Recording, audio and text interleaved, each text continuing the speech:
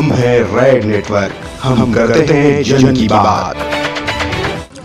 नमस्कार, red network में स्वागत है।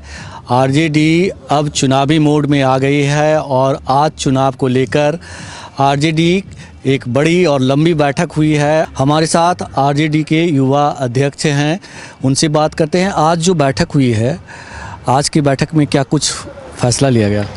नहीं, फैसला क्या है, तैयारी है। देश जो है वो इंतज़ार कर रहा है कि भाई इस जुमलेबाज है, इसको कैसे हटाया जाए। तो आज की बैठक थी हम लोगों की एक तैयारी के लिए कि 24 तारीख को जो जननायक कर्पूरी जी की जयंती है, उसी की तैयारी के लिए एक बैठक थी।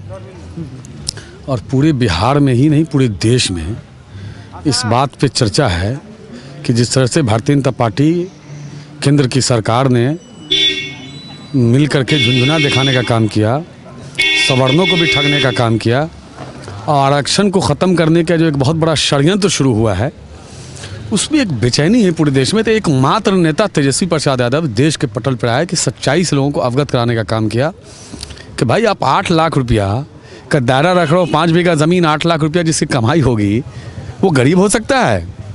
तो जो सवर्ण गरीब हैं उनके साथ ही अत्याचार हो रहा है।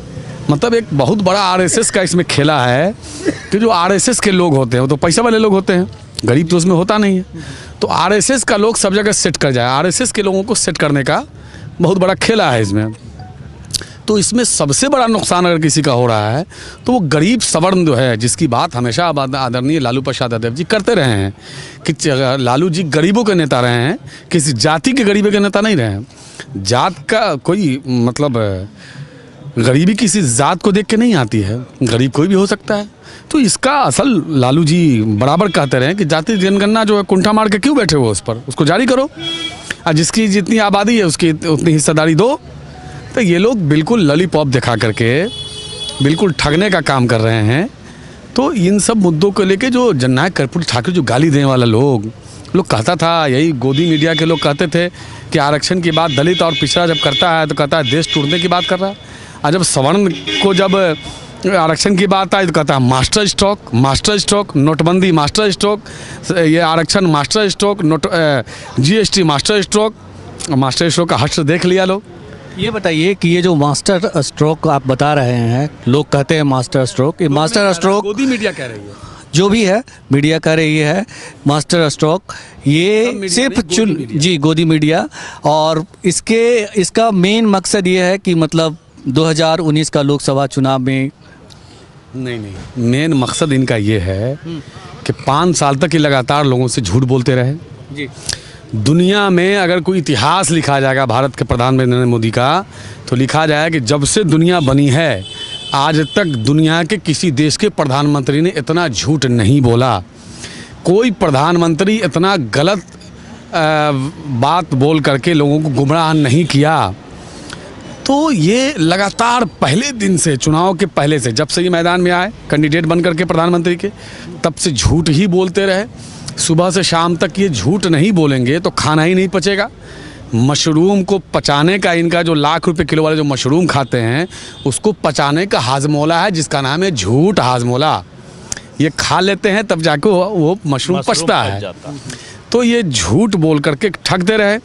अब इनके पास कोई मुद्दा नहीं है। पब्लिक कहती है कि भाई मेरे पुराने दिन लौटा दो, अच्छे दिन अपना ले लो। पब्लिक कहती है 15 लाख रुपया दे दो।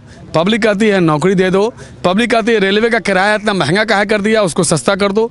पब्लिक कहती है कि रेलवे का खान पान खराब हो गया, उसको अच्छा कर दो। पब्लिक कहती है कि भाई पेट्रोल डीजल इतना महंगा हो गया, उसको कम करो। पब्लिक कहती है कि जीएसटी में ही पेट्रोल डीजल को लाइए। पब्लिक कहती है कि दाल चावल मक्का गेहूँ सब महंगा हो गया है, किसान मर रहा है।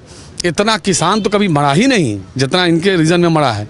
वहाँ आपके बॉर्डर पे जितना यूपीए के 10 साल में हमारा जवान नहीं मरा, शहीद नहीं हुआ, उससे ज़्यादा, उससे दोगुना इस 5 साल में, 4.5 साल में हमारा भाई शहीद हो गया। तो पब्लिक तो ये मुद्दा, तो ये डाइवर्ट करने के लिए एक बहुत बड़ा खेल है और ये खत्म करने का भी बहुत बड़ा खेल है, शुरुआत है ये जी। आरक्षण को खत्म करने का खेल है। ये बताइए कि क्या वजह है कि एक बड़ी आबादी के सामने एक छोटी आबादी उसके ऊपर आ रही है? कहते हैं कि ये बेईमान लोग हैं ना, ये भारतीय जनता पार्टी आरएसएस का लोग देशद्रोही है। एक बात आप समझिए, लैला के वजह से मजनू को पत्थर लगता था, क्योंकि मजनू बोलता था मेरी लैला, उसको पत्थर लगता था क्योंकि वो दीवाना था, सुबह शाम उस लैला का नाम लेता था।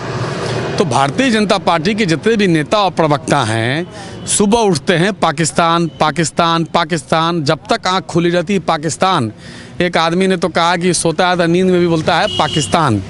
इसका मतलब है कि इनके सब के सब, इनकी लैला पाकिस्तान है, इनको पाकिस्तान से बेपनाह मोहब्बत है। और ये जय कैसा प्रधानमंत्री है जो कहते थे कि भाई जीत जाएंगे हम यहाँ तो सारे मुसलमान को पाकिस्तान भेज देंगे।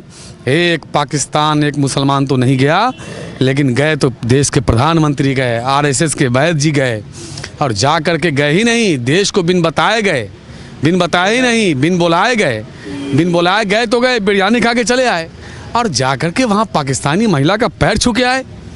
हम तो कहते हैं कि हम पाकिस्तान पर मेरा थूक भी ना पड़े, वो इतनी गंदी जगह है कि हम अपना थूक भी फेंकना नहीं चाहते हैं, और उस पाकिस्तान में जाके बिरयानी खाते हो आप। शर्म आनी चाहिए। देश का नाम हंसी करा रहे हो, देश को क्या जवाब दे रहे हो। तो इन सारे मुद्दे को देश के लोग समझ रहे हैं, एक सर का बदला 10 सर लेके आने का वादा कर रहे हैं। एक चीज़ बताइए कि जिस तरह से तमाम दलों ने आरक्षण का समर्थन किया है, आपकी पार्टी अकेली पार्टी है जो आरक्षण का, जो स्वर्ण को आरक्षण मिला है उसका विरोध कर रही है, उसको गलत बता रही है। क्या आप इस बड़ी आबादी को समझा पाएंगे कि आप क्यों इसका विरोध कर रहे हैं? ये गोदी मीडिया ने प्रचार किया है। राष्ट्रीय जनता दल ने कभी सवर्ण आरक्षण का विरोध न किया था, न किया है, न करेगा। इनकी नीति का विरोध हो रहा है। अरे आरक्षण दे रहे हो गरीबों को ना, जो 8 लाख जिसका आय है, 5 बीघा ज़मीन है, उसको आरक्षण की क्या ज़रूरत है?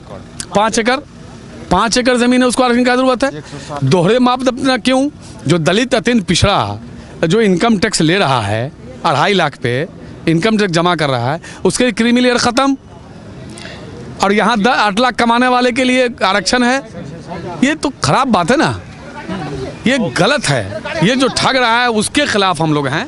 ये जो नीति बनाया है वो नीति के खिलाफ हम लोग हैं। जो ठगने का काम करा, झुंझुना दिखाने का काम करा, उससे खिलाफ हम हैं। आप जाति जनगणना करा दो, जिसकी जितनी हिस्सेदारी हो उतना दे दो, कौन मना कर रहा है? हम आरक्षण के खिलाफ नहीं, आरक्षण की जो नीति इनका नियत है उसके खिलाफ हम हैं। जिस तरह से आपके नेता ने इसको बहुत ही मजबूती से तेजस्वी यादव ने राष्ट्रीय पटल पे उठाया है, क्या मैं आपसे फिर वही सवाल कर रहा हूँ, आपको लगता है कि आप देश को समझा पाएंगे कि इन्होंने किस तरह से छल किया एक बड़ी आबादी की जनता को? नरेंद्र मोदी, बीजेपी, आरएसएस का लोग मूर्ख समझती है। हम लोग जानते हैं कि देश की जनता पूरी तरह समझदार है, एक एक बिंदु को समझती है। तेजस्वी जी की नीयत पर किसी को शक नहीं है, तेजस्वी जी की बात को लोग समझ रहे हैं। हमारा इससे कोई विरोध नहीं है, आपकी नीयत पर, जो इनकी सरकार है इसकी नीयत पर विरोध है। रेड नेटवर्क से बात करने के लिए आपका बहुत शुक्रिया, धन्यवाद। तो ये थे युवा आरजेडी के प्रदेश अध्यक्ष कारी सुहैब, जिनका साफ कहना था कि आरजेडी उस हर शख्स को बेनकाब करने की कोशिश करेगी जो जनता को लॉलीपॉप थमाकर चुनाव जीतने की फिराक में है। योगेश चक्रवर्ती, रेड नेटवर्क, पटना। आप देख रहे हैं रेड नेटवर्क। आपसे गुजारिश है, YouTube पर रेड नेटवर्क से जुड़ने के लिए इस सब्सक्राइब बटन पर क्लिक करें। सब्सक्राइब बटन के साथ ही घंटी बनी हुई है, उस पर जरूर क्लिक करें, ताकि जब भी हम नया वीडियो अपलोड करें आपको तुरंत इसकी जानकारी मिल जाए और आप लगातार जुड़े रहें रेड नेटवर्क के साथ।